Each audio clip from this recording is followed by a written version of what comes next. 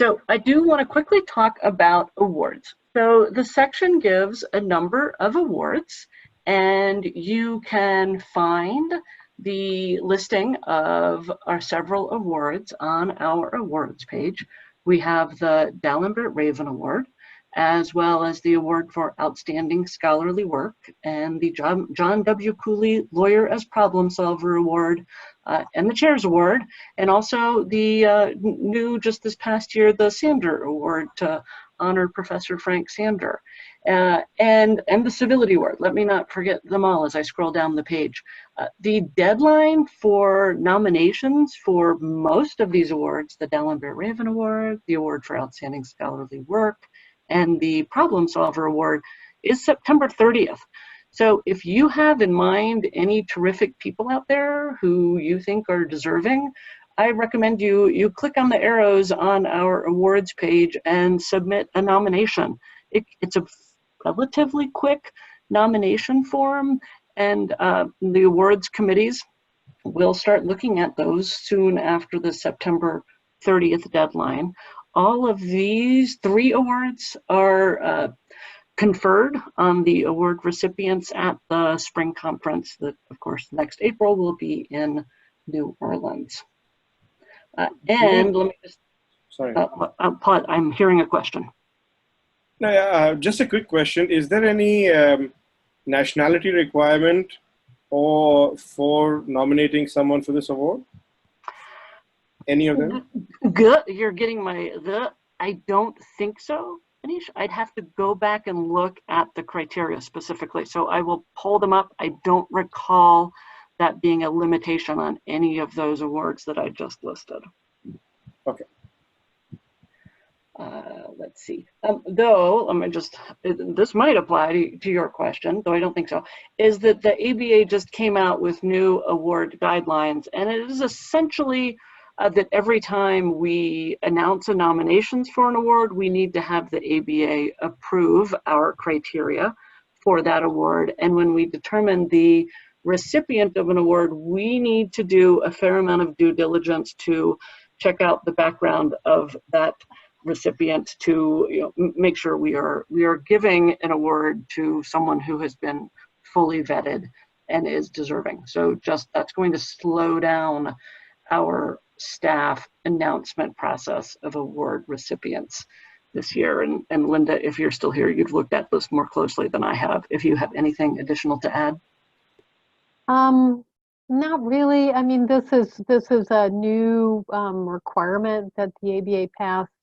I think there had been some concerns about an award recipient from last year, and I think they're just trying to make sure that whoever gets the award is not too controversial or out there, and they just want to, as Gina says, they're asking the staff to do some due diligence on anybody who is proposed. So, and I might point out that, and I thought this was particularly interesting, they also want us to do a social media scan of whoever is nominated. So I'll be careful what you're putting out there. We'll be doing that social media and Google check of award recipients. Those are the basic modules. At the end of the leadership guidebook that we have here currently, I've listed additional helpful documents, and I'm just going to highlight these. I'm not even going to click on all of them, but just so you know that this is available, that we have a section of dispute resolution diversity plan. It may look a little dated as a 2010 plan, but a lot of thought went into this plan, and it has held up well over time. So we encourage committees to be looking at this and making sure they're incorporating the diversity plan into the work that they do. Just so you know, we have the financial reimbursement policy where we have limitations on when we reimburse folks. A few things that are mentioned here are when folks travel to present at the ABA annual meeting, so the big ABA meeting that is in early August of every year. Something to think of and come back to is the co-sponsorship policy and request form. So that if the New York State Bar Association asks the section of dispute resolution to co-sponsor an upcoming event, we have a number of hoops that we look at in deciding whether we will and can co-sponsor that event. And a lot of factors go into that. So I suggest you take a look at that.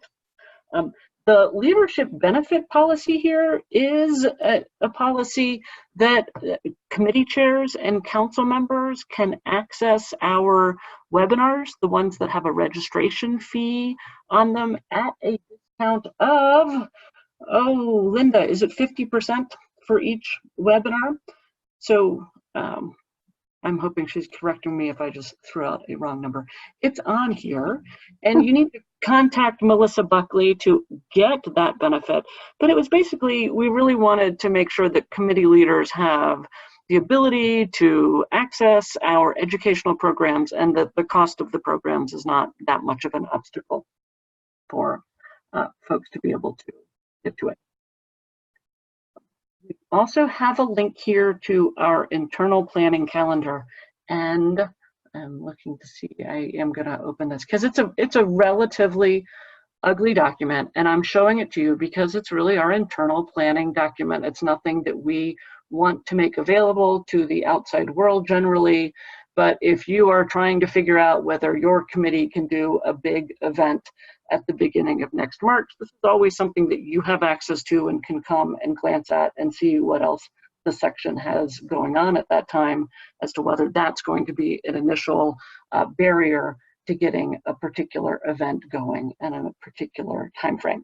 And the staff are the only people who actually have access to add things and change things within this document, and we try to fill things out as they are just within the likely or definite category, so that we all have a sense of what's coming up on the calendar, even before everything is absolutely set in stone.